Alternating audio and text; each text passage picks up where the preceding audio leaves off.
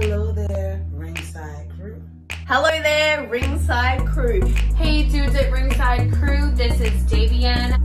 Hey, it's Jenny Santana here. This is Alfie. This is the Savage Juggernaut, Tamaku. Inside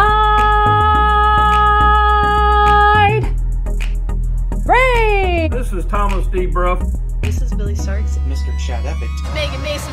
Hey everybody, Scotland's own Brody Adler. The headliner in charge, Marco Mania. This is your girl Charisma. Papa Dink, Brendan Dicker. This is According to Woods. Savannah Summers. I'm Shorty. Tasman Inside. You are watching The internationally known Dudes at Ringside podcast, hosted by Metal Geek and Joe the Panther Jr.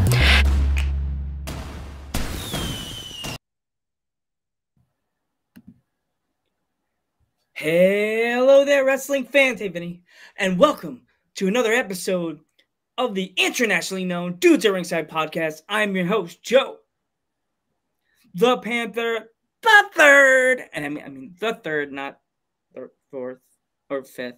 And from the and now from the top of Metal Mountain all the way down to all 50 states in the globe is the Happy Hill himself, Metal Geek. What's going on, Ringside Crew? What's going on, International Known? What's going on, everybody? What's going on, Joe? How's it going today? Are you ready for another pumped up episode? Are you? Because I feel the monster right now. Geek, you gotta stop drinking that stuff. That stuff, you know that stuff does to your body? I'm trying to get sponsored by Monster. So, Monster, I want to talk to the people from Joe's Tea in New Jersey. Joe, Monster, man, Joe to be sponsoring us, so it could be Joe's. I could be holding a Joe's Tea in the middle of the show. How about this one, Joe? How about this one? It could be Joe's Tea with a little bit of Monster in the middle. Oh God, you would probably have a heart attack. So much sugar in the Joe's Tea. Oh no, Joe, sponsored by Joe's Tea. All right, but anyway, we have a guest, Joe. Right? Introduce the guest, Geekums. So let's give a warm Dudes at Ringside welcome to the voice of violence, No Chill with Phil. Brothers, what is up? Not too much. Welcome, Phil. Welcome. What's going on, dude, thank you so much for having me on the show. I've been looking forward to this. Let's do it. Internationally known? Yeah. Holy shit, mama, I made it. I made it. Now you get to hang out with us and we could talk about the world of the small world. Not small world. For us, it's not small because independent wrestling is everything to us. You know what I mean? Like, yes. We love this. Independent wrestling, like most people, you tell them independent wrestling and they just watch the main stuff like AEW, Impact, WWE. They do that rich guy thing. Oh, independent wrestling. Exactly. So I just wanted to say that now I was gonna say you're now being seen in Europe, London, England right now, but the only difference is they're probably sleeping. They're probably sleeping. Man, that's right. That's fine with me as long as they see us. As long as I get to shine for a little bit, it don't matter. I'm here. Let's go. Yes. Let's go. So, if our fans aren't familiar with you, introduce yourself. All right, ladies and gentlemen, boys and girls, my name is Phil Myers Sr., a.k.a. Can't Knock It, the Great One, the child support slayer, the practicing polygamist, the voice of violence for All Heel Wrestling.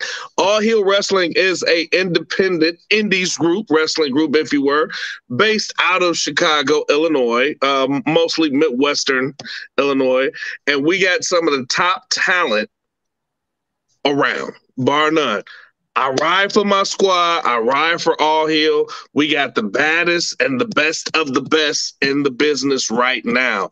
We have people like the Ice Pick Vic Capri, who is internationally known as well, who has fought with New Japan. He's been in AEW Dark. He's been in Lucha Underground. This cat is ridiculously phenomenal. He's like a young Chris Benoit, as it were. Whoa. Don't know if I can say that. A lot of people are but the talent, you can't deny the talent. You just cannot. We have female wrestlers like Raven Radix, Leslie Musina. Some of the dude, let me just start and say Leslie Musina is 17. She's 17 years old. She wrestles like she has been in the business for 20 years. That's how good she is. That's a Raven Radix is a force to be reckoned with. Like, we got some awesome, awesome people that are a part of our organization. We got Moondog Murray. Damn. Like, this dude is a brick house. He's a brick house. We got Fletch Malone. We got Mateo Valentine. We got so many people that are just so good. It's ridiculous. Yeah. Mm-hmm. Sounds good. Like right now, what does your tag team division look like in the AHW? So right now we're revamping our tag division. So let's talk about beef. Okay. Let's talk about real life beef. We have 2 tag teams that absolutely hate each other. This is not a shoot. This is not a work. They strongly dislike one another. The Foley brothers and the Haters. A lot of people typically tend to think the setup is a part of the storyline, as it were. No, these guys do not like each other. The Haters saw one of the brothers in Target with his kid, attacked him, full-on warfare. Wow. Yes, in front of the babies. The beef is real. Mo Foley and Pit Stain, one of them got hit by a car mysteriously. Like, it was a whole police.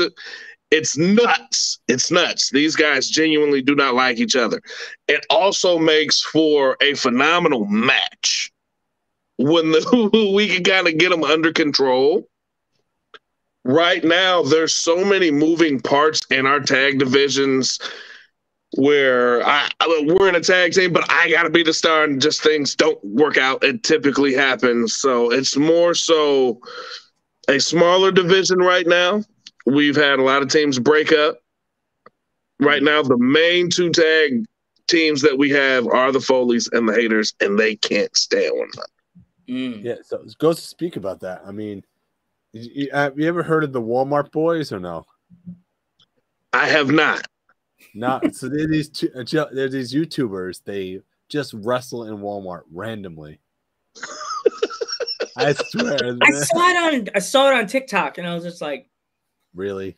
These guys. I kind of like, since we're doing all this stuff with independent wrestling, I see these people in their backyards doing the wrestling, and I'm kind of like, I saw the videos, and I'm like, I can't like this video. I'm gonna just keep scrolling because the kid from Taj 2.0, right?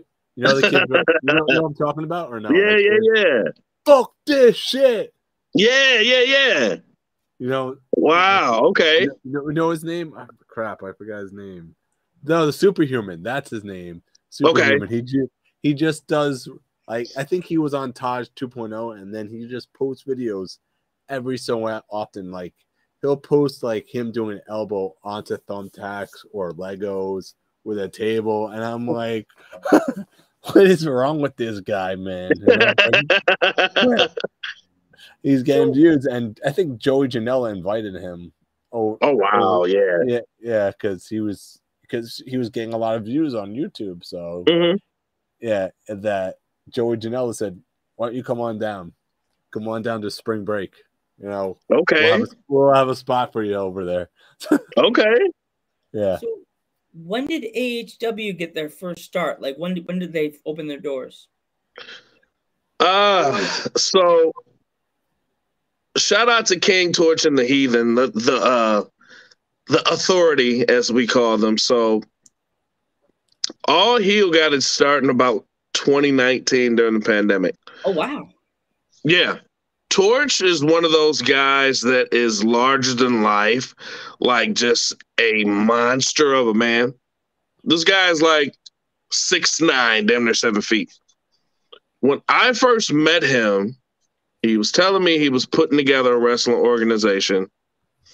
And Joe, kind of like you were saying earlier, was kind of like, indie is a backyard type deal.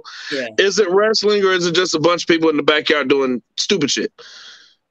But he was like, no, like, We got solid wrestlers. We've been working with different companies. Shout out to Powell Wrestling out of Wisconsin. He had been working with a lot of these people, and I have been to like some of the events before, and I was like, okay, well, let me check it out. I was actually I was guest on a podcast, and he was like, yo, you sound really good. Like, are you a wrestling fan? And I was like, hell yeah. Who is it? If you're not a wrestling fan, I question your character in life. Everybody wants to be a wrestling fan. I don't care who you are. Forget a LeBron James. Forget a Michael Jordan. Yes, they're great. They can't touch a Ric Flair. They can't touch a Shawn Michaels. They can't touch a Booker T. When Aaron Rodgers was doing this, that's all wrestling, baby. But anyways, I'm veering off from the point. When they started putting everything together and the stars would align, as it were, we had the first show November of 2021. We're trying just to get people's schedules and people committing and don't commit and then back out and this, that, and other, and so on and so forth. When you're working with people, it's always hectic. It just is. I'm sure you guys know that. Yes. Yeah. You know how when we actually got our first event was it was November. It was November at a sports complex in Libertyville, not too far from here. And it's just with all the work and trying to get people here and get, commit.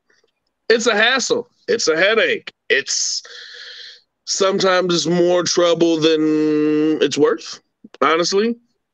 But, Torch had a dream. He was like, yo, this is what I want to do. Even when it came to like coming in the contract, like getting the ring together, he just said, screw it, I'll do it myself. Him, his wife, Heathen's wife, his son, they all got together and YouTube DIY'd how to put the ring together. They put a bomb-ass ring together. You get to the point to where you just kind of start doing things yourself. Then when the ship is actually up and running, now everybody's like, hey, what's going on over there? And then people start reaching out. Thus the birth of All Heel Wrestling. Exactly. You mentioned Pow, actually. They're coming on the podcast next Friday. Oh yeah. See, the husband and wife, they're both coming on. Yeah, and these are people that are they have a love for the business. They do. They have such a love and a passion for the business. If you've ever been to a POW show, if you've never been to one, go to one. You're gonna have a hell of a good time. Same with All Heel. If you've never been to an All Heel event, which we have a show coming up in August. It's a hell of a time. Geek, we're traveling. We have to go to Chicago and we have to go to Wisconsin, baby. Come on, let's do it. Because it's amazing where it's like you see these people. So I'm an 80s baby. I grew up in the Hogan era, right?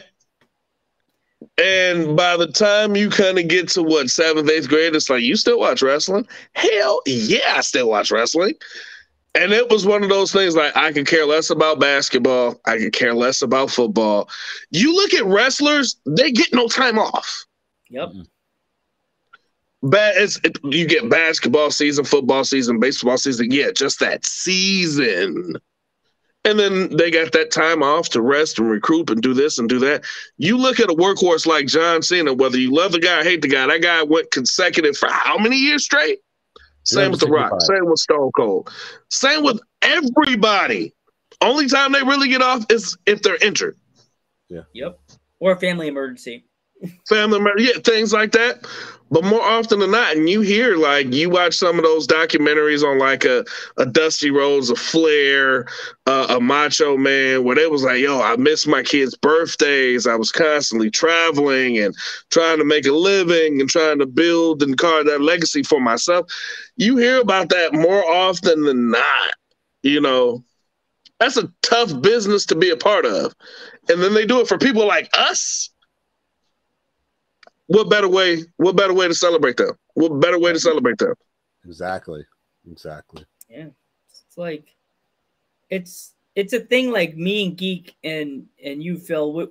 We love wrestling, but as I said in the past episodes, I wish as a kid, and you're an 80s kid like me, Phil, I wish back in the 80s we would have independent wrestling like they have it these days. Geek knows. Oh my god! Oh yes, because IWTV title match. All we used to go to was WWF or WCW shows when they would arrive to your town.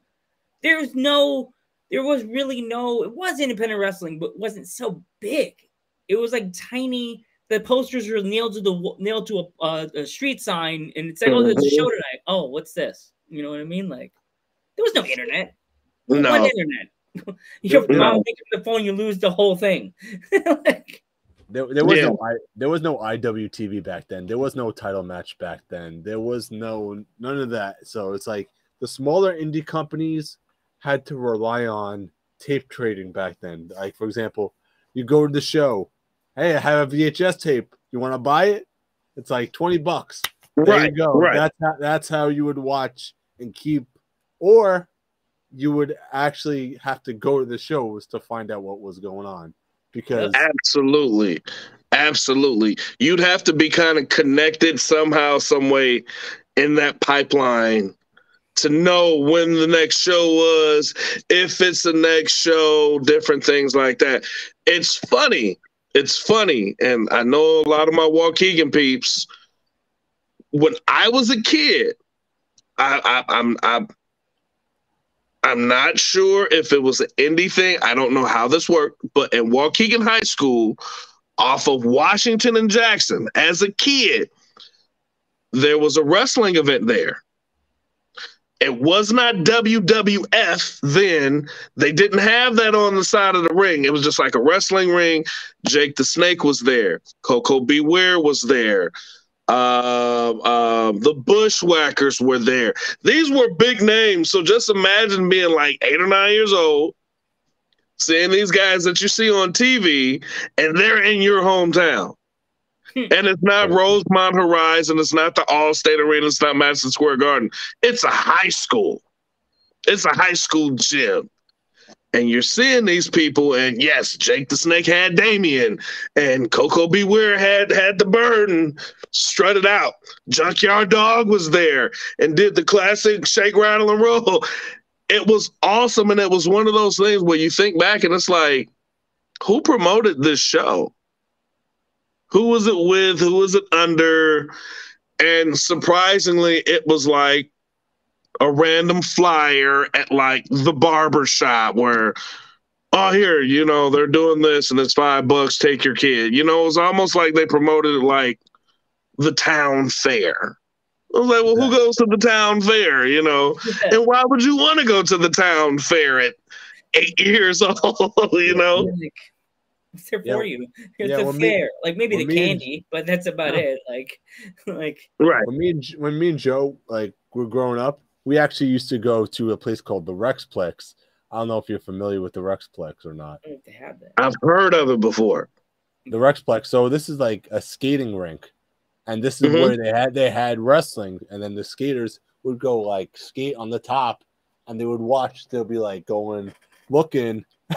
And they would see the wrestling matches like for free. There would like be a curtain and everything. It was like up above, looking down like up above Stranger Things. Right. Yeah. So yeah, they used to have like wrestling shows at the skating ring, and that was the thing back then, you know. So and gymnasiums and stuff like that. So that was my indie wrestling when I went to go to indie wrestling back in 2004. We used to go to the local skating rink. My first experience with independent wrestling is when I was in college, and that's when I met Metal Geek. He had like this box full of tapes, and he's like, "Oh, you want to watch these tapes with me?" And I'm like, "No, I don't want to watch. I don't know what you have." He's like, "Oh, it's independent wrestling." He's like, "What's that?" Like guys in high school with singlets on. You watch that kind of stuff? That's kind of creepy. No, like independent wrestling would watch. I watched like 1 or 2 tapes with him from like Ring of Honor's past. And I was hooked. I was like, "Fuck, let's keep watching this." That's when they didn't have DVD back then. They only had VHS. I swear to you, Phil, me and Geek watched like 9 or 10 tapes. I think I got to bed that night like at 1 o'clock in the morning.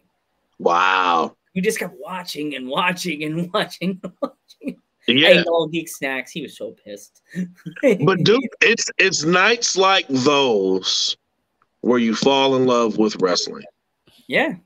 It's those times where you see names before they became the big names, and you can truly sit and say, like, I've been following this dude since 2001 when he first started here or there. To see the progression, the arc of where they started, where they came from, where they're at now, it's beautiful. It's such a beautiful thing. It's such a beautiful thing. For me, like, and I'm actually embarrassed to say this, I didn't really get put on into indies until much later. And it was like, oh man, you never heard of Ring of Honor? And I'm like, what's Ring of Honor? What channel do it come on?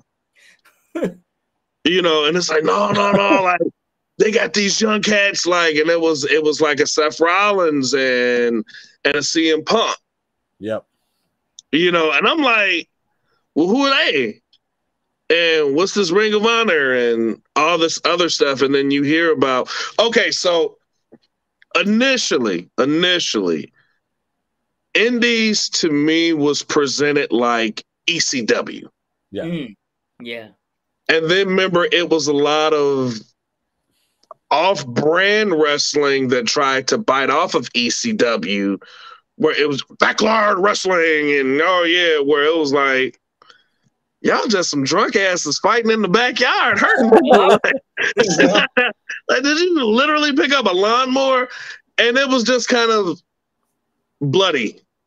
Yes. You know, very bloody. Like Tope death match right there. Yeah. It was a death match. No, it's Tope. like, Tope with the glass on the. Oh yeah. Exactly. Or it was just like you guys are just doing stupid shit. Like, where's the story? Yeah. Where's the build-up? Is there a title? Is there a woman involved? Why are we doing this? Yeah. Oh, all right. And it kind of turned me off. You know, you think about it, a death match is cool, but every single match is a death match. Like, all right. But then it was like, yo, you got to check out this dude, Sabu. You got to check out Sandman. You got to check out Taz. Yo, this cat, Rob Van Dam's brother, is a professional wrestler. Rob Van Dam got a brother? And, you know, so it's like, you see ECW, and that's kind of what hooked me. And then some of the other stuff, I wasn't aware of many other promotions aside from ECW. Then later on, it was like the Ring of Honors and the New Japan and Lucha Underground. And you hear about and it's like, yo, like, did you see what this cat just did? And then it's kind of like, oh, yo, he's here now. He's here. He's made it to the big leagues. But it's to be able to say, I used to watch Shinsuke Nakamura when he was the king of strong style in New Japan, and now to see him now in WWE, wow. Yeah. It's like you basically opened up a whole new world when you said, wait, what is this? It's like the eyes are open wide now. It's like, wait, what? It's like the thing There's from more wrestlers. There's more wrestling. Yeah. That year before Christmas. What's this? What's this? Yeah, exactly. Yeah. Exactly. Like, that's what I was like when Geek showed me the ROH. I watched those like 5 or 6 DVDs. I was like, "What's this? What's this guy with the name? What's this?" And then we found our first independent show together. Together we found it. They're called the New York Wrestling Connection, called NYWC. They're local. A local group, kind of like AHW. We got a chance to see the likes of Brian Myers. What's his name? Brian Myers. Matt Cardona. Tommy Dreamer. What's his name? No, Tommy Dreamer was already there. He was there, but like he was like one of the side ones, kind of like when Coco Beware was at that promotion in Chicago. Right. What's his name that was in the WWE? What's his name? Trent Beretta. Matt Striker. Matt Striker, yep. Another person I learned about. You got Beretta. April Hunter. April Hunter was there for a while.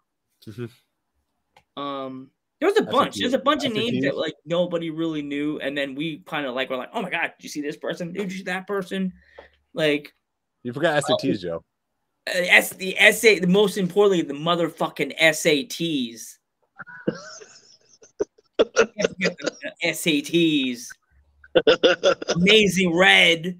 Yeah. Like there's so many wrestlers that their names really never got put out there. They were really important to the local New York independent wrestling scene that if you weren't from New York, you didn't know who the fuck they were. Unless you had like a friend that was here or in New York, you know what I mean? Like in your case, I know there was probably tons of wrestlers in the beginning of in the beginning of AHW that no one knew unless you went to the shows, as you said, Phil, all the time. And like if you didn't go to shows, you're like, who's this? I didn't know him. You know what I mean? Like, right. Yeah. And I told Joe, I always tell him, I always enjoy going to shows where I don't know anybody on the roster, because then you learn about them and then you say, wow, this guy's incredible, you know, or this guy's incredible. It's not a bad thing not to know who they are, because then it's like, okay, then you want to learn about them and you want to know about their story. You want to know about the backstory. So that's the most important. And the best part is independent wrestling. It's pure because these guys want to make it and they want to prove the hunger is there. The drive is there. Exactly. Yeah. Right. Yeah. So they want to say, like, for example, they bring, all right, let's say they bring in, all right, I'm not going to say put down names or anything, but like, let's say they bring in big name from AEW to sell tickets. You're going to go there, but you're going to go see this guy and say, wow, this guy was amazing because he wanted to be there. You know what I mean? Right. He wants to make it. So, right. You look at, dude, I couldn't agree with you more. We all have like our biases. We can argue for days who's the GOATs and who's the this. It's a never-ending story, right? But to go somewhere you don't know anybody, you don't have any expectations, and then be blown away by this no-namer, like, yo, did you see that? Yeah. Huh. Yo, who is dude? Who is this cat? Like, who is she? Yeah. And then you become like a fan. That's when you follow and boast and promote. And it's like, yo, hey, y'all got to check them out. You know, dudes at ringside, y'all got to look this person up. Y'all got to check them out. Hot take, y'all got to check them out. It's such, it almost kind of reminds you why you're a wrestling fan too. Mm-hmm. It reignites that love for professional wrestling. It does. Yeah. Like definitely. Last July, maybe like the end of June, Geek bought these tickets for an independent promotion. And I'm like, okay, just buy these tickets. We're going to be able to go to a show together. And Geek was all excited. So like, he's more the techie guy of the podcast, but I'm like the Dr. Clouseau. I got to go back and look anything up. Step in shit and have some crappy ass, boring. Independent wrestling love all of it, but it could be a bad show. You know what I mean? It could be like, I don't know the roster, right. The hell all these people are. It could be somebody's dentist that just did your root canal one day, and then he's doing a match against Dr. Fisherman the next day. You know what I mean? Like, so we bought these tickets. I looked at the name. The website didn't even come up. I was like, what kind of crap is this? We went to the show. Man, this show, have you ever come to New York? You have to go to Victory Pro Wrestling. It is freaking awesome. I didn't know one person on the roster, and I just felt so comfortable. I just felt like I've been there I felt like I've been going there for 25 years. The roster's stacked with people you never even heard of.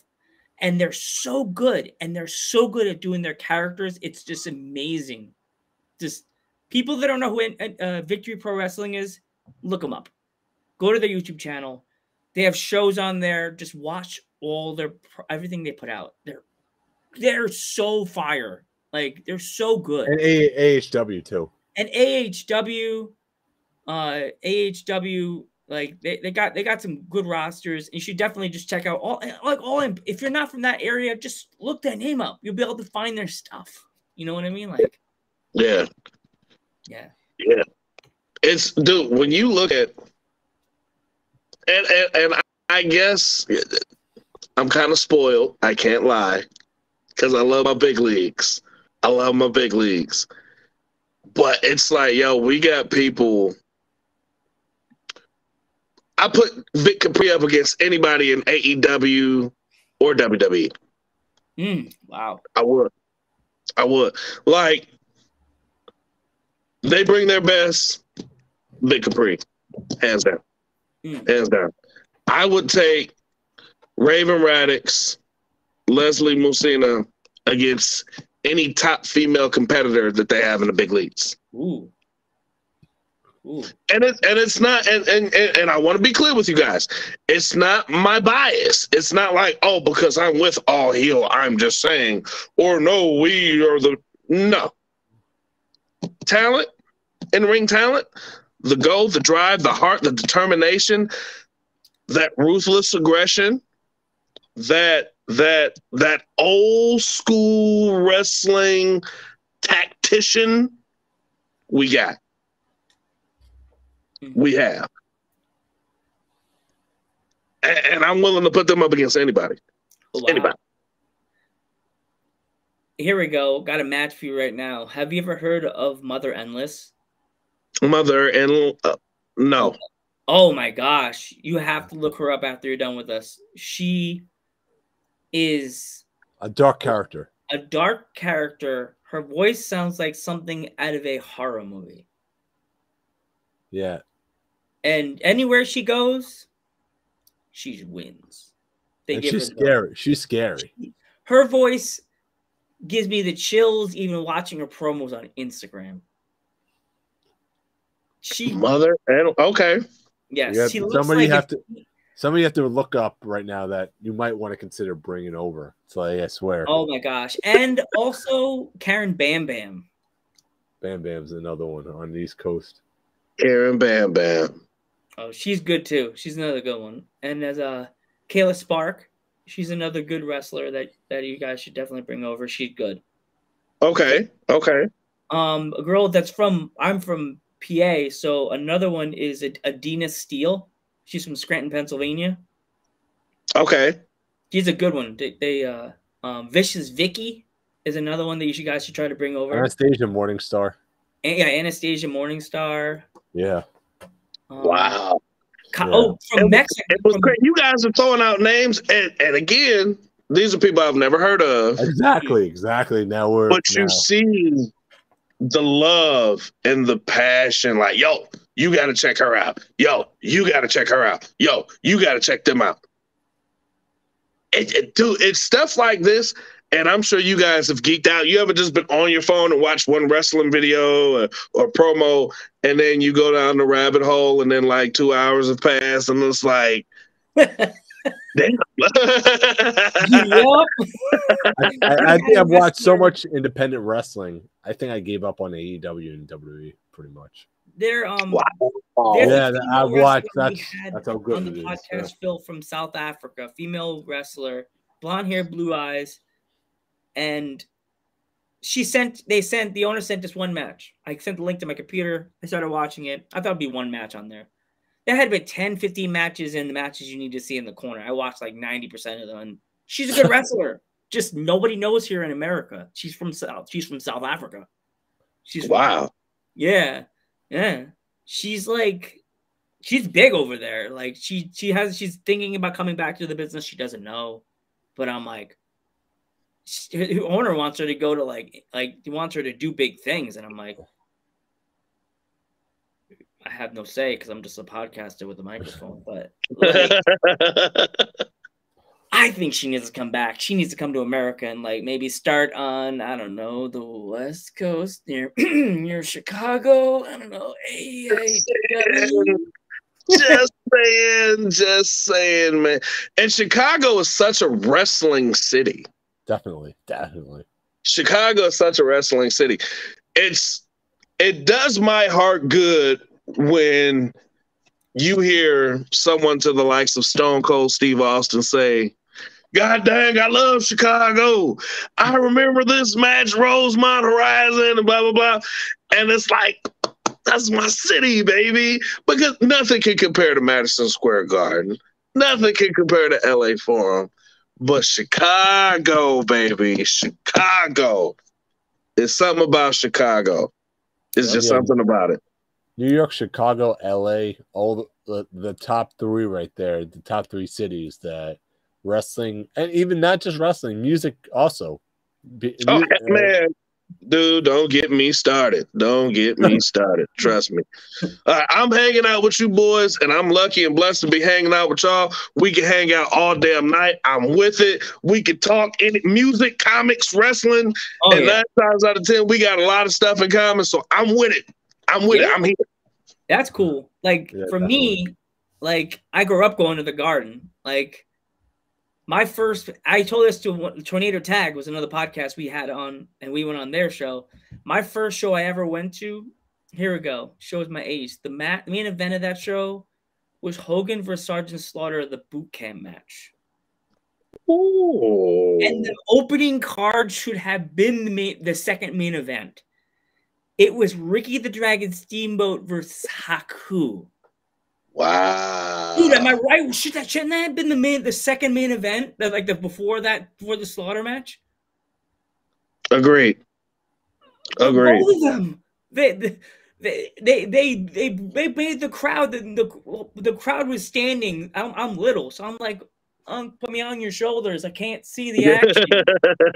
They were standing the whole match because the whole match was Steamboat doing the chop, the typical Steamboat, and then Haku would get up and be like, shut up. They were going back and forth, and it was just like, nowadays, right, Geek? I feel wouldn't that have been like the second main event if you were doing like a WWE 2K22 like universe mode? Yeah. We're getting a little off topic though, but I know we asked how AHW got started in the business. How did you get started in the business? Dude, I've been a wrestling fan all my life, brother. I'm sorry? How did you get started in the business? I mean, like the wrestling business. How did you get that start? Dude, honestly, from Torch and Heathen, they literally brought me in just last year. Wow. And it was literally just me kind of talking with my buddies, bullshitting around. Oh my God, he's broken in half.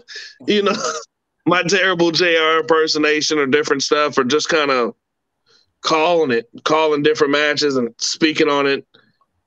And Torch was like, hey,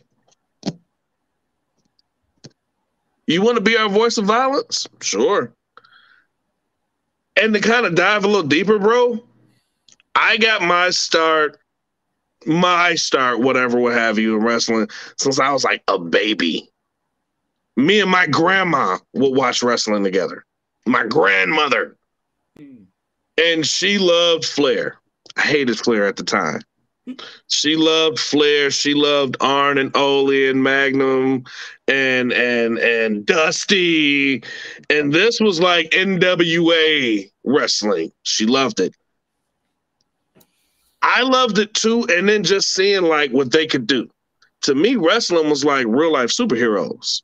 Definitely. Like, yo, did you just see him jump off that? Like, he flew.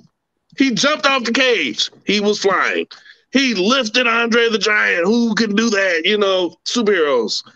So it's always just been like a love affair with me for wrestling. So I'd sit and watch and just kind of like study, like, how do you do that drop toe hold out of nowhere? Or, you know, with the sharpshooters right over left, not left over right. You know, you see all the different stuff and you pick up on it. And you study people like a Flair, a Bret Hart, a Taker, a Punk, a Rock.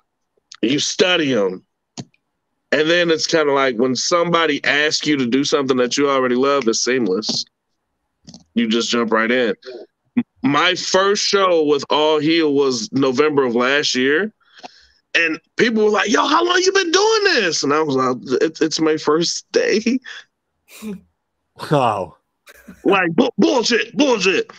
But it's literally no different from me talking to the TV, watching wrestling, you know, critiquing it. And with my son, I got a 10-year-old boy who loves wrestling as well. And he kind of does the same thing. He just kind of like, oh, Daddy, did you see that? Did you see it? No. Like, he did it right, Daddy.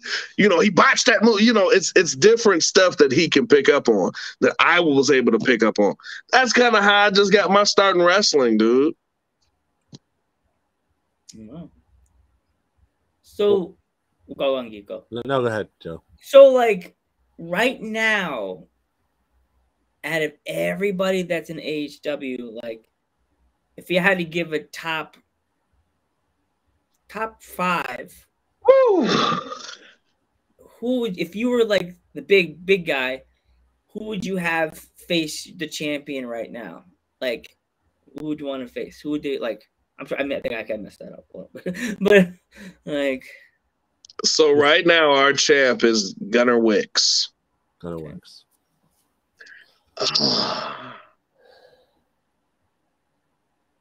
You put me on the spot. Uh-oh.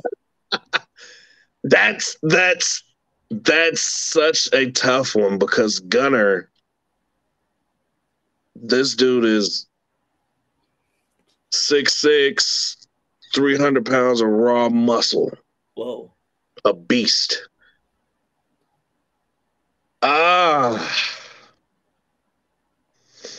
If I had to put somebody up against Gunnar right now for the belt, damn. Oh boy. Whew. I'm gonna go with Vic Capri. Vic Capri, okay. I gotta go with Vic. I gotta go with the ice pick.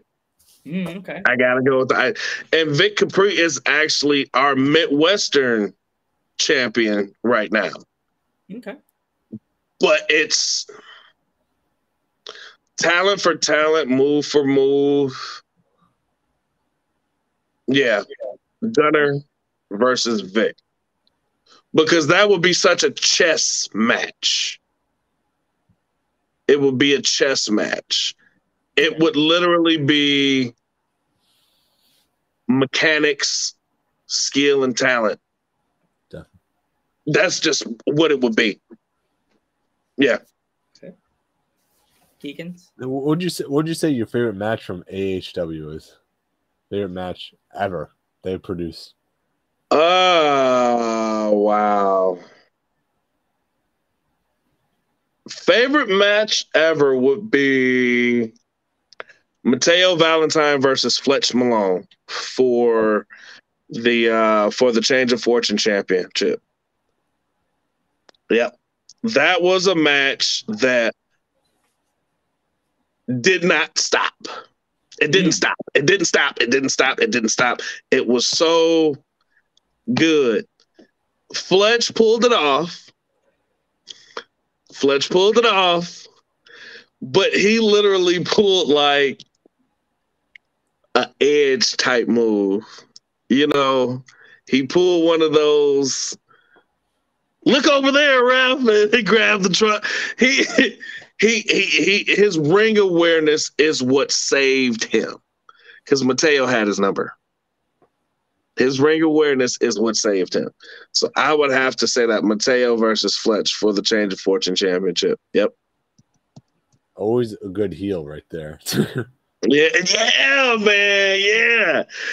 And the crazy thing about it is Fletch has like that sneaky, conniving, like, you son of a bitch. But he's that damn good. You know, I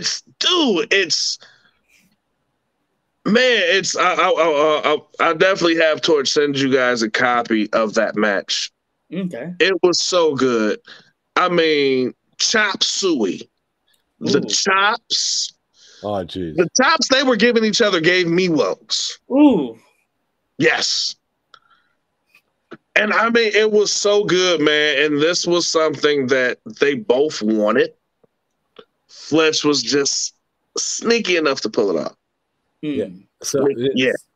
So that goes to remind me. There's somebody in the UK that loves chops, and Joe knows who I'm talking about. That's Rudy Root, right? Rudy Root. There's a guy named Rudy Root that's in London, England.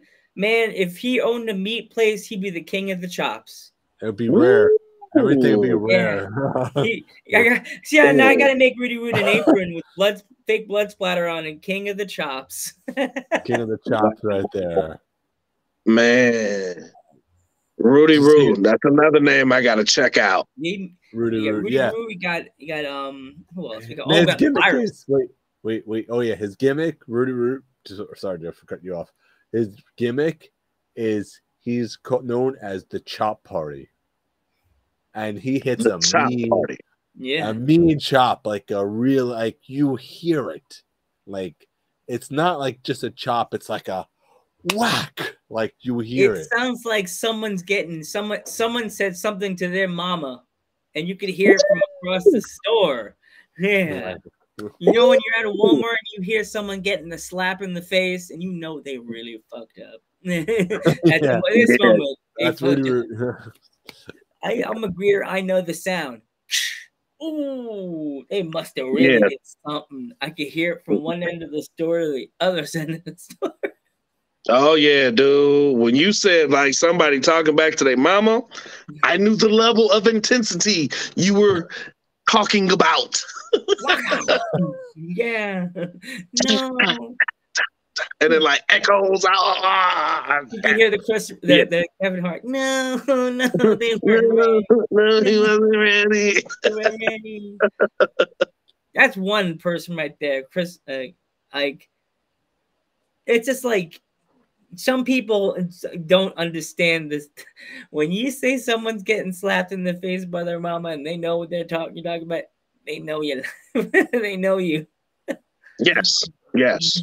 From experience, absolutely, yes. Who else? What other wrestlers? Oh yeah, there's a guy named The Virus. He's also in that promotion, and he's no joke either. Was it Kane Geek, right? Yeah, Kane Michael. Kane Michael The Virus. Okay. Yes. Nero, the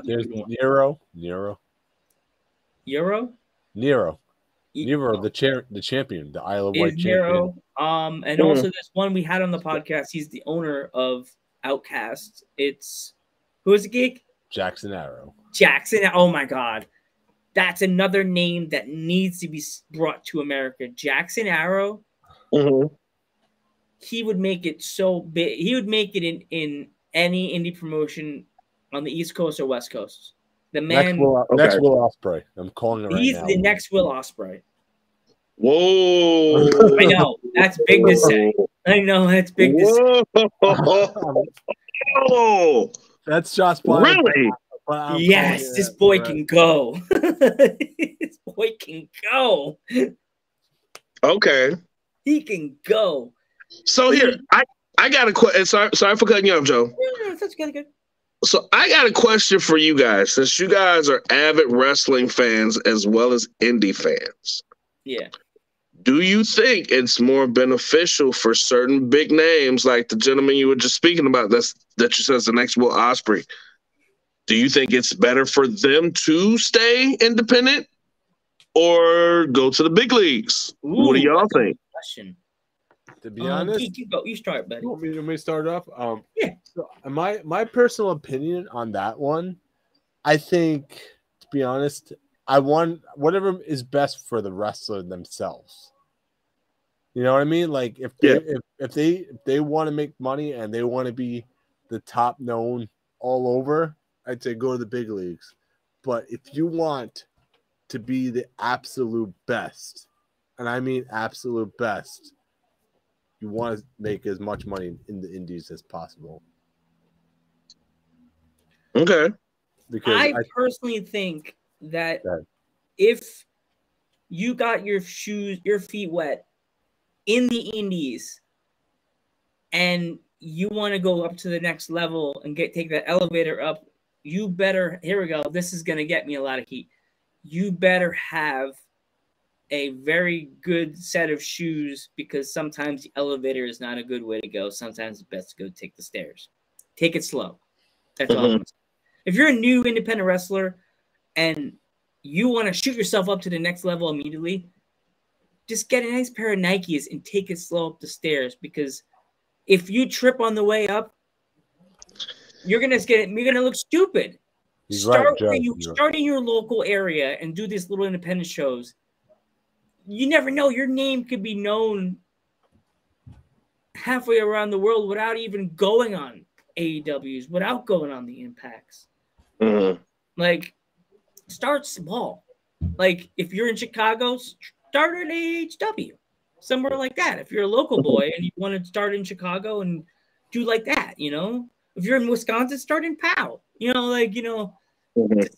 or New York, start in NYWC or Victory Pro or like Outlaw or something like that. Like, as I said, it's not always good to rush up and take the elevator. Take the stairs. You know what I mean? Yeah. But there are some big names right now that are just getting signed, and they're not even 18 yet. Wow. You know what? I think you know who I'm talking. I think you know who I'm talking about. Nick Wayne, that just got signed to AEW. He's the youngest person signed to AEW right now. Really? Yes. He's that good. And he's not even 18 yet. He's not 18? No. Oh. And he signed to AEW contract already. Wow. Yeah. And I thought what's that kid's name? Dante Martin. Nope. Wow. And it's funny, Phil, in England, you know how old you could be to start doing wrestling? It's like 15, 16, right? Maybe 12. 12. 12? Yes. This indie promotion that we always connect with all the time from England, they're the ones that got us known over there. They're called Coventry Pro Wrestling. They have events that are for kid related, and they have like 12-year-olds wrestling 12-year-olds with adults as their managers. 12. Yeah. 12-year-olds. Yes. That's what I said too, but I'm saying, I'm like, what? I go Spanish. Ay bendito, their bones are not even like fully like developed yet. I'm like, no. I see that freaking video that one of the girls we had on our podcast post. The guy does the wolf howl, jumps off the top rope, and his knees buckle out on him and fucking bacalao. Yeah. Sorry. Yeah. Yeah, you know what I'm talking about. Yeah. Poor little boy jumps off the top rope and like freaking under the sea fish body goes back and forth like that. How do you have a 12-year-old? The knees are not even fully developed yet. Their brains are not even fully developed yet, and you're letting go crazy in the ring. Make sure you don't kill each other. Like, right? Yeah. Like, what are you doing? It's a baby. Like, yo, what are you doing? Yo, relax, calm down, hormones. Like, I was watching this. I was at an indie show in New Jersey with my dad, and this guy's son was in the ring. They were playing with each other, and they were throwing each other down. Bang, bang. And I'm just like, he's like 9. England, they'll be like, good job, go for it, you got it, love it. And I'm like, wow. And the dad's like, oh, calm down, don't do that. Don't do that. Let him fight. We're about to get, he's like, great, we're gonna get shut down in England. Oh man. Yeah. We'll be the non-internationally known pretty soon. Well, there is another promotion you should look out for. It's FC. Is it FTC? Yeah, it's FTC. FTC. They had it's Dutch, which is a really good wrestler. Oh no, wait. Oh, you talking? Oh, England. You're talking about? I think England. Yeah, FTC. No, Fight Factory. Fight Factory. That's the abbreviation for it, geek. Is FTC. Yeah, FFC. FFW. Yeah, pro wrestling. And one of the guys we had in the podcast multiple times come back on. He's a great wrestler. He's like, his name is Dutch. Okay. And he's really good. I don't know if he's on YouTube or not, but if he is, I'll ask him to send some clips. The man can go. He has a daughter that's in the business named Kaya, and she's young. She's a young wrestler. What is she, like 15, Geek? I don't know. She's young, and she has two title belts already, and she's young. She's a young, already, and she's young. Two belts. Kaya, 2 belts. She has 2 belts on her shoulders and everything. Yeah, Kaya. Wow. Damn. Yeah. They start these The little youngins are on the rise, dude. Damn. I feel. Have you actually taken the measurement of the temperature of the independent wrestling scene in your area yet, or you just like let it go? Have you ever taken see what's what on there? I've tried to, but it's so you can't even say it's hit or miss. It's more miss, you know. Unfortunately,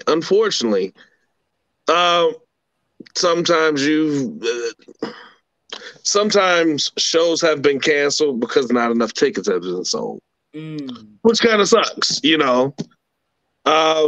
Or other times you go and it's not at the best of places, and then the show gets shut down because a match has started at the bar aside from anything else.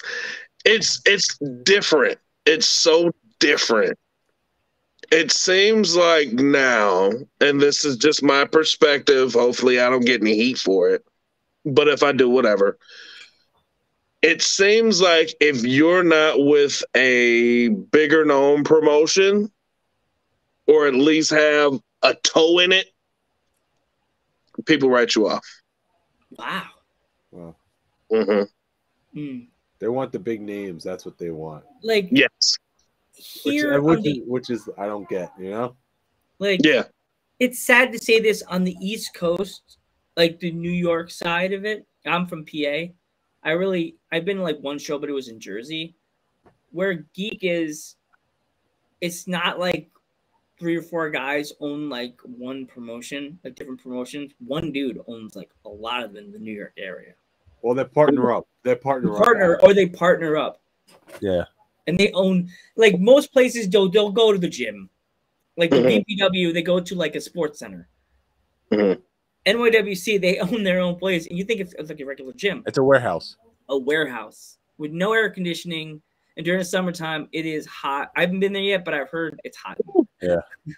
Yeah. It gets pretty hot in there. Yeah. It's grandma passed out again. Your grandma, you know what I mean? It's hot.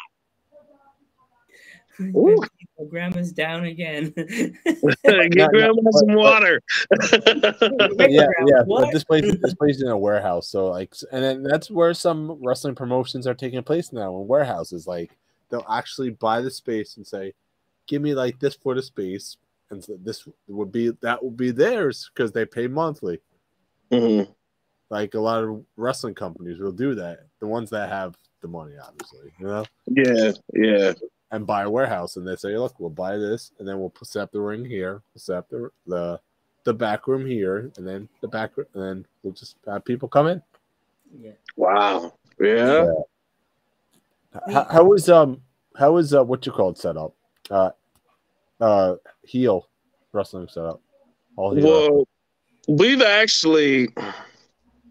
So we traveled we were looking for different locations in the area.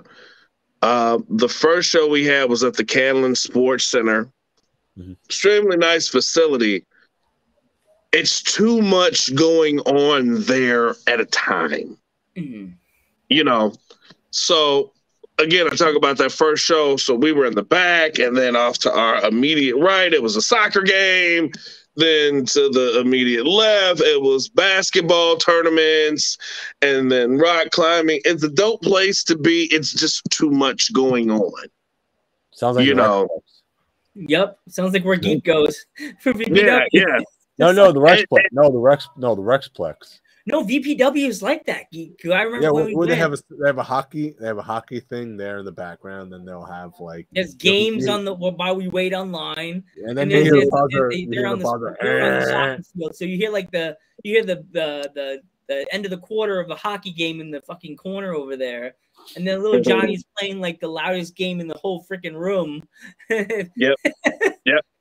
It's just like that. It was so much going on that day. And then it was kind of like a lot of people would stop and look, oh, what's going on over here? Well, my game, or, oh, Billy's getting ready to, it was so many. Yeah. It was so much, man. Yeah. We had a small residency at Paris Banquet Hall in North Chicago, which seemed to be that magic spot. Nice facility, great place looking from an outside in, right? Well, we just ended our residency with them because it's kind of like, it's a banquet hall, but it's not frequently used. So you got like rats and, droppings and stuff in the back area where you want us. And, they wouldn't necessarily set things up the way we needed them to be set up. So then again, and it's kind of like on show day, anything, as you know, Murray's Law, anything that can and will go wrong, will. Yep. Yeah. And it's like, Torch and Heathen and Amberland and other All Heel members would kind of like get together. Hey, man, can you come in an hour early? Yeah, man. All right, got to do this. We got to clean up. And it's like, we shouldn't be having to clean up rat shit. Yeah. Y'all should already have that done. It shouldn't smell like fish and ass in the back room where we're trying to get, the wrestlers are trying to get changed and ready. It like, come on, man. And it was just bad business. Right now, we were gonna have our fourth show there, but then things fell apart. So now we're looking for a place. I'm sure Torch is narrowing it down to where we're gonna have All Hail 4. So it's kind of like just traveling for right now. We haven't quite found home yet. That's hard. Hopefully one day All Heel Wrestling could come to New York. One day. Hell yeah. Definitely have to hit that up because we found out about VPW and we're like, what's this VPW? Bam. We found out. We love it. Yeah. It's, it's a lot of stuff that we're looking at doing, and all of us, the creative team, the wrestlers themselves, the authority, we all have such great ideas that we can do. We don't have a place to do it at yet. That we can actually call home. There are a lot of different facilities, and now it's almost kind of like, let me try to nickel and dime you to death. You can use this here, but there's a heating fee or a air conditioning fee or different stupid ass things like that with people trying to throw things in the contract that weren't initially on the contract that, oh, you guys wanted water. Oh, you guys want running water in the bathroom? Well, that's an extra $50. Like, don't get out of here. We're not doing that, man. Like, no. It kind of sounds like what you call it? Not Spirit. What's the other one? Airways. Frontier Airways. Frontier, yeah. Frontier, like for example, it's a flat fee. It's like $69-$70, right, to go on Frontier round trip. But then you start adding baggage and stuff like that. You're like, oh, baggage, yeah, that's gonna be another $20, or oh, you want some food? That's another $10. You want a soda? You want a soda because your mouth is dry? No. another $10, another $5. Oh, you want a seatbelt that works? Oh, well, that's $50, my man. What are you doing? You don't want to go with your event with the black eye. Oh, that's extra $10 because your seatbelt. Yeah. It's funny now. It's definitely funny because you want to have a show where people can come out. If they're on the line, you don't want them to have to come too far. Yeah. You know, you want them to come out enough to where they can come out, enjoy themselves, and be like, yo, if they do travel, I'm willing to travel for them, with them, for the love. It's not too many facilities that are available right now. And then again, it's kind of like you want to milk the promotion because it's kind of getting hot and we're kind of getting a buzz and you're familiar with us, but you want to charge us 3 times what you normally charge anybody else for a space. Yep. Or a small part of your facility. No. Yeah. Shouldn't work that way. Like, I find that ridiculous because they know what you guys do and you make people happy. But I guess for them, if they make you happy, it's the price. Because everybody has a price, Right. Yeah. Geek's like, shut up, Joe. Everybody's got a price. Old school, everybody's got a price. Everybody's got a price. Joe's favorite wrestler, $1 Million Man. Really? He's my favorite. Besides Mr. Perfect, $1 Million Man. Come on. Every time Joe sees $1 Million Man on the screen, it's like, he's my boy. Boy. Money. When I was taking Hail with the Yankees, I said I'll get my tickets. Even though I'm sorry, Rey Mysterio and Shawn Michaels are Joe's favorite, but Ray and Shawn. Oh my God, I almost lost it when they fought each other. I was like, this should be longer. This match should be longer. It should be longer. It should be a 3-hour match. Yeah, when Triple H and Shawn were fighting, me and Joe were like, "All right, Joe, let's go at it now." That's our favorite. We would argue so hard. I would punch him in the leg. Don't hit me. That's violent. My hands are like they had Tourette's. So I was like, "Damn it!" He's like, "Ow! You hit me in the leg." it was like Joe hits hard. Just because he's a short guy doesn't mean crap, man. It was I would give him the Jim Halpert look, like he was looking into the distance. You hit me hard, and I'm just like, he's like, if there was a camera behind Geek, he knows what that means. Like, I didn't have to say a word. I'm just like, if you know what that means, I'm like the big brother to him. Even though I'm like 5'1", I'm older than him. So it's the brotherly tap. It's like you're talking shit to me now, but when I'm punching your ass in the leg during the match, it's love. It's brother love. We hate each other because we have certain different types of wrestlers, but we respect each other. Absolutely. Absolutely. And then we started this podcast. We started this journey, and Geek's like, dude. Which is dope, man. Which is really, really dope, dude. I tell you, I have been kind of like searching and looking for like different podcasts and different people's perspectives on different stuff. That's how I found out my boys Hot Take. They're based out of Chicago, and I was following them and they post different stuff and I'm like, yo, okay, all right. Yeah. I always love different perspectives. I always love how different people break down and interpret the storyline of a match. I love that. And then even when Torch told me today, like, dude, told me today that he was like, hey, are you free to do a podcast today? And I was like, yeah, sure. Found out about you guys. So as I, sent the like and I'm looking, I'm like, oh, okay, all right, okay. These guys know what they're talking about. Okay. I took it with gas. Yeah. And it's one of those things to where you see some people that they say like they like wrestling and it's just very vanilla. Yep. It's very surface. Mm-hmm. It's like Not me and Joe. right, exactly. Me and Geek have watched wrestling. In my case, I've watched wrestling since I was a little boy.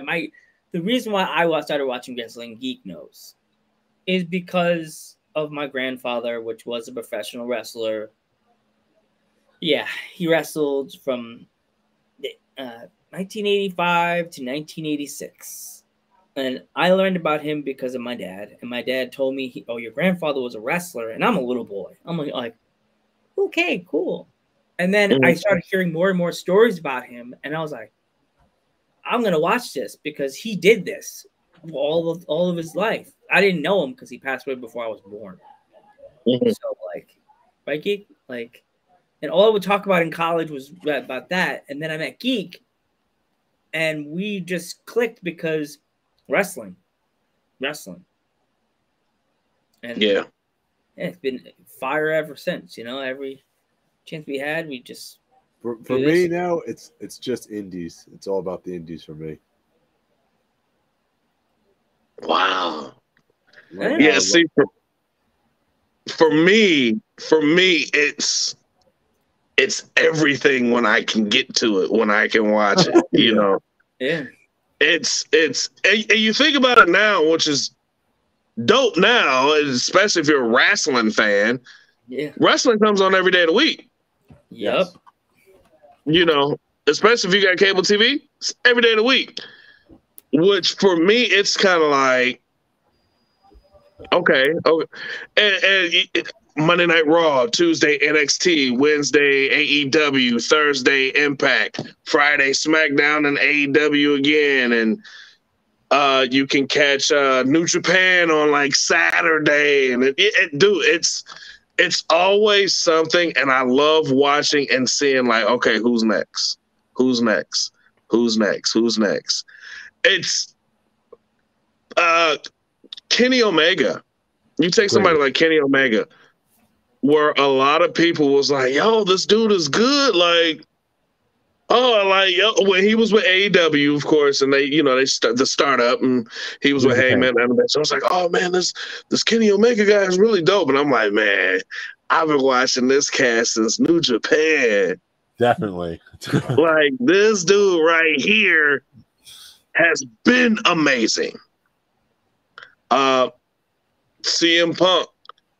When CM Punk, when they initially brought him into ECW, you knew this guy had something special. Yeah. You knew he did. Even if you didn't follow him before when he was with Ring of Honor, you knew this guy had something special. And the way they first brought him out, and you hear the fans say, CM Punk. And it's like, well, how does anybody even know who this guy is? And for, somebody that wasn't indie heavy, it's like, well, I want to know who he is now. Damn, who is he? You see a lot of these people, and it's like, yo, I remember when. It's always that. I remember when. And it's such a love story. It's such a love affair, at least for me. Okay. Yeah, so I just wanted to also say I'm still trying to get Joe into New Japan. I know I have no problem with it at all. I love New Japan. I would love to be able to sit and watch New Japan. I don't have the channel. I go on YouTube and watch some of the matches here and there. But as I said, I'm older than Geek, so I'm like the elder statement on the podcast. I'm Mr. Old School, certified. I go back and watch the old school. Joe's favorite's Evil. Joe's favorite's Evil. Evil's so cool. I watch some Evil stuff. I'm the old school guy on the podcast. I'm like the Jushin Thunder Ligers, the Great Mutas, things like that. That's what I go back and watch because my grandpa was Lucha, so I go back and watch the Great Mutas, and I'll watch the Jushin Thunder Ligers and the Masked Wrestlers and people like that had Ultimo Dragon. Watch the Dragons and watch the Tiger Masks, the billions of Tiger Masks. Billions. When Evil turned heel and people hated him, Joe was like, that's my guy right there because boy. he's I getting don't the heat care. right there. He's getting the heat because he came out with the sickle and everything like that. He had the light up sickle, and he was so cool for his character, you know. And he still is cool, evil, you know. But my favorites right now, I love Shingo Takagi. Don't get me started with him, man. And Hiromu Takahashi. Right now, I can't even say. Like, there's so much awesome wrestling out there that it's like almost crazy to think that you could type in letters for a promotion and you could find them online. Like, as I said, back in our day, Phil, we would have to like know somebody that has tapes of this promotion to be able to watch. It was Slim Pickens.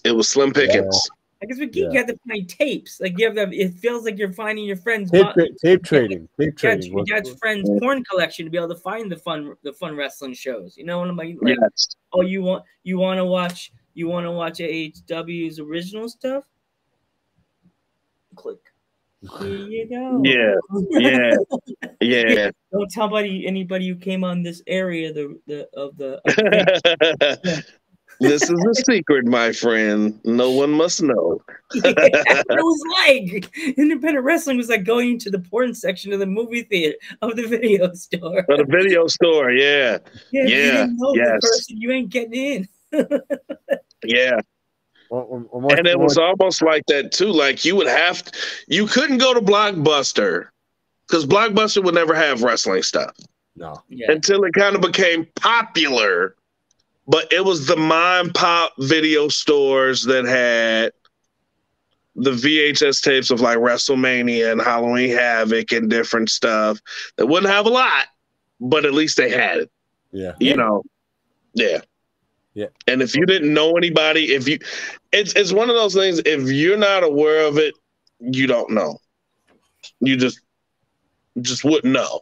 You wouldn't know who any of these people are. You wouldn't know who half of some of these indie cats are because it's like, they haven't made it or we're not privy to or aware of territory, company, whatever. And then it's like when they hit the scene, they hit the scene. Yeah. You know. And I'm with you, Joe. I'm more of an old school guy. Yeah. I'm more of an old school guy. Nothing against you, Geek. I like the new school stuff as well. But the older stuff, I was telling my son about Monday Night Wars. Oh, yeah. Oh, my God. And damn, what a time to be alive back then. Yeah. And it was, you guys remember with like the formation of the NWO and you may know who I am, but you don't know why I'm here. Yeah. And a lot of that stuff was like nuts. Like, is this real? Like, is this really going on? It was just dope. So to be able to kind of relive those moments with my son, and then he's like, oh, well, Daddy, let's watch this one. It's cool to be able to take him on a little piece of my childhood. Yeah. Crazy. And then when I see him who hates Seth Rollins. And you see that, oh my goodness, when I see that in him, it's like, he gets it. He gets it. Kids are getting it, man. They're getting the hatred because remember back in our day, who was the most hated man besides DiBiase? Ravishing Rick Rude. Triple H. Hell yeah. Oh, no, before Triple H, there was Ravishing Rick Rude. Everybody, his music would hit and the crowd would boo. The ladies would scream, but the dudes would be like, "Damn it, it's Rick Rude." Probably think I made fun of. Better suck in my gut. Yeah, before we end the show, I just wanted to say this to Joe. I know Joe's a huge women's wrestling fan, but he has not even seen Stardom yet. I want to see. I haven't seen it yet. I got to check it out. Okay, what is Stardom? Oh, wait.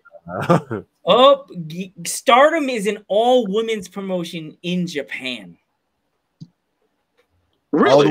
All the women from America want to be there, and they want to wrestle the women from Stardom. That's how good they are. It's like here we go. It's like Ring of It's like Honor. wow. It's like wow. New Japan. New Japan. No, New Japan. If it was all woman. Oh wow! If you're in America, it's wow. It's wow. It's just like wow. Okay. But the belts are all stars in Stardom. All the belts. Yeah. Look The like reason why I say New Japan is because they're kind of owned by New Japan. Oh, okay. Okay. Yeah. So it's New Japan. And it's funny, you but could it's find all that stuff on WWE 2K22. I looked it up. You could find the Stardom belts, all the stars, Really? the star belts. Wow. Okay. We have tons of star. Oh my! They have Bull. Was it? They had Bull. Was it Bull in there when that was on WWE TV for a while? In WWE. Bull Nanko. Yeah. Bull something. Her. Bull Nanko. Yeah. All right. Yeah. So many stars in that promotion because, I mean, it's crazy, right, Geek? So many. Yeah. So many. All right. stars. Anything else, Geekums? No, I'm good. All right. So, where could people find you and your promotion? Oh man. Phil Meyer Sr. on any and all social media platforms. Also, No Chill with Phil, all social media platforms. Look out, All Heel AHW. Follow us Instagram, Facebook, Twitter. We're everywhere, man. We're trying to get some YouTube stuff going on. Yeah, we're everywhere. Reach out to us on reach out to me on Hot Take, All Heel, any single ladies out there, MySpace, Christian Mingle. You know, we're out here. Any upcoming shows? You have any upcoming shows or upcoming show? We got a show coming up, tentatively set for August. Date's not released yet because we're still looking for a venue, but when we get it, we'll definitely get you guys the information, let you guys know when, where, how you can get tickets, and hopefully you guys can fly out. Oh, that'd be cool. That'd be pretty badass if you guys were able to fly out. Yeah. Okay. So yeah, my man.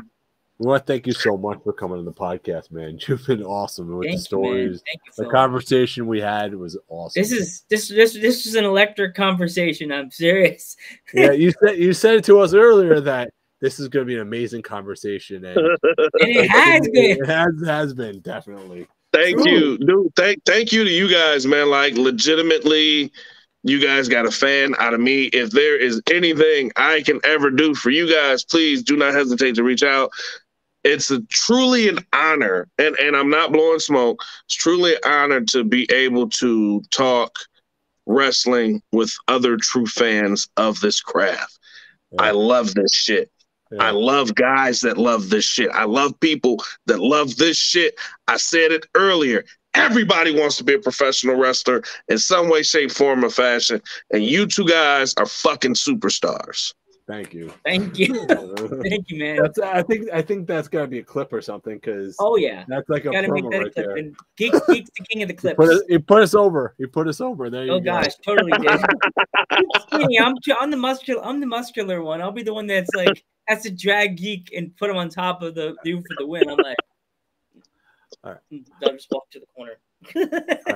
All right. Thank you guys. This has been dope. All right. I'm going to send it off. I'm the Metal Geek. I'm Joe Panther III. No Chill with Phil. And we will catch you in the next one.